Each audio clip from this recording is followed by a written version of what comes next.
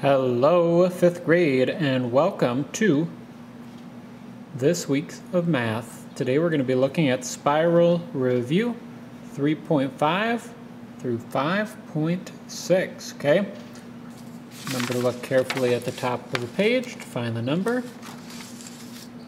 And again, feedback I'm getting is that we like these longer whole week's worth of math assignments videos so that you can easily sit down in one day and do all your math assignments, which is fine. Today we're going to start off with a little bit of algebra, and when I look at algebra I might have a problem that says x plus, in parentheses, 7 plus 5, okay? And I want you to tell me what the answer is. Now, I'm going to tell you today that x equals 10. So what I do is I take my x equals 10, plug it into the problem, 10 plus 7 plus 5. Now what I do is I do what's in parentheses first, 7 plus 5. 7 plus 5 is 12. Rewrite the problem again. 10 plus 12. And of course, 10 plus 12 gets me 22. All right, so when I'm looking at an algebraic expression and I tell you what x equals, you plug in the number for x, do what's in parentheses first, and then get your answer, okay? Well, what if I change what x equals? And what if I say that x, this time, x equals 5? Okay? And now I'm going to say x plus 9 subtract 2. Okay, well on this one, since x equals 5, I'm going to rewrite the problem, but put 5 in the place of x. Let's do that. 5 plus 9 subtract 2. Okay, what do you get? Well, I do what's in parentheses first. 9 subtract 2 gets me 7. Rewrite the problem, 5 plus 7. And of course, 5 plus 7 equals 12. Good. All right, now let's try solving an algebraic expression where I don't tell you what the letter equals. Okay? So if I don't tell you what the letter equals, and I have x plus 8 equals 12, this time I want you to tell me what does x equal. Well, in order to do that, I need to get x by itself. I need to move this 8 over here. And I can move that 8 over here by doing the opposite. What's the opposite of add 8? The opposite of add 8 is subtract 8. So I'm going to subtract 8 from this side. If I do that on this side of the equal sign, you can view the equal sign like a teeter-totter. Whatever I do to one side, I got to do to the other. So I'm going to subtract 8 over here. Write an equal bar. So if I have 8 subtract 8, that's nothing, right? So I'm just left with x on this side of the equal sign. What's 12 subtract 8? 12 subtract 8 is 4. So x equals 4. And now, to double check, I put this back into the problem. 4 plus 8. Does 4 plus 8 equal 12? Yes, it does. All right, let's try that one more time. If I have x subtract 9 equals 3, you need to tell me what x equals. In order to do that, I need to get rid of this 9. Well, what's the opposite of subtract 9? The opposite of subtract 9 is add 9. Like a teeter-totter, whatever I do to one side, I do to the other. Add 9. Subtract 9 plus 9 just leaves x equals, well, what's 3 plus 9? 12. Now, to double check, I put 12 in the initial problem. So 12 subtract 9. What's 12 subtract 9? That's 3. So it checks out. Good. Now let's take a look at the next one, which is spiral review number 3.6. And these are called function tables, okay? So if I have a function table and it says y equals 5 plus x. Notice I'm using cursive letters so I don't confuse them with the add and subtract sign. And then I have something called a function table, where it's a t-chart. X is here, y is here. And then there's usually a set of numbers on the x side. Let's say 1, 2, 3. You need to fill out the y side. So, if x equals 1, what does y equal? Well, remember, x is here, so plug 1 into the problem. 1 plus 5 gets me 6. So if 1 is for x, then 6 must be for y, because 1 plus 5 equals 6. Let's do that over here. What if x is 2? 2 plus 5 is 7. So if x is 2, y is 7. Let's do 3. 3 plus 5 is 8. So if x is 3, y must be 8. And that's how I fill out a function table. That's not too bad.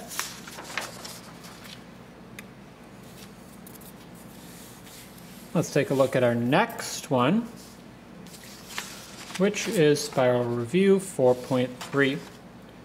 This one I'm going to be reviewing how to add 3 numbers at a time.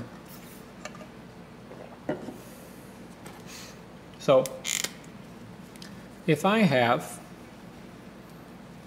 526, 745, and 439 all added together. A little bit different than what we reviewed a couple weeks ago, because now I have a third number put into my addition. Now I have to ask myself, what's 6 plus 5 plus 9? Okay? There's a few different ways to do this. You can say, well, 6 plus 5 is 11. 11 plus 9 is 20. Okay? Or you could say, well, I know 6 plus 9 is 15. 15 plus 5 is 20. Either way, I got 20. Write the 0, carry the 2. 2 plus 2 plus 4 plus 3. Again, there's a couple different ways to do this. I know that 2 and 3 is 5. 5 and 4 is 9. And 9 and 2 is 11. Or you could say 2 plus 2 is 4. 4 plus 4 is 8. 8 plus 3 is 11. Write the 1, carry the 1. Get you the same answer. 1, 5, 7, 4. Again, I know that 1 and 4 is 5. 5 and 5 is 10. 10 and 7 is 17. Or you could just say 1 and 5 is 6. 6 and 7 is 13. 13 and 4 is 17. There's nowhere to carry the 1, so I put the 1 there. All right. Well, what if I'm talking about money? If I'm talking about adding 3 piles of money together, it's actually the same idea. So if I have $6, I'm sorry, I'm going to write that a little bit lower so that we can carry. $6 and 1 cent. And you have $12.28. And our friend has $8.15. Let's add them together to try to figure out how much money we have all together. 1 plus 8 plus 5. Again, I know that 1 and 5 is 6, and 6 and 8 is 14. Or you could just say 1 and 8 is 9, and 9 and 5 is 14. Carry the 1. 1 and 0, 2 and 1. Again, 1 and 1 is 2, 2 and 2 is 4. Bring down your decimal point. 6, 2, 8. Well, 2 and 8 is 10. 10 and 6 is 16. Carry the 1. Here's a dollar sign. That's not a number. But there is a number 1 there. 1 and 1 is 2. But since I'm talking about money, I might need my label. Dollar sign. So how much money do all three of us have together?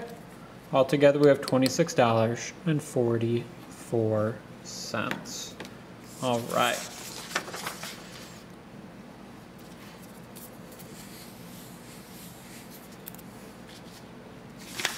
Now let's take a look at 4.4. This time you're going to have an algebraic expression where you're going to be, sorry, not an algebraic expression, a longer math expression. Let's say it's 15 plus, in parentheses, 12 plus 1, and parentheses. And I want you to compare that to, so compare that to, in parentheses, 15 plus 12, and parentheses, plus 1. So remember, when I'm solving this out, you're telling me greater than, less than, or equal to. So I do whatever's in parentheses first. 12 plus 1 is 13. 13 plus 15. 15 plus 13 gets me 28. This side I do whatever's in parentheses first. 15 plus 12 is 27. 27 plus 1 is 28. So since I both got 28 here, that tells me my answers are equal. Okay? All right. Now let's take another look at algebraic expressions in words. So if I have this word, a number plus 8. How would I write that as an algebraic expression? Well, a number can mean anything, so I'm going to use the letter X. Plus is addition, I have the number 8. So this is a number plus 8. A number plus 8, this is the same thing.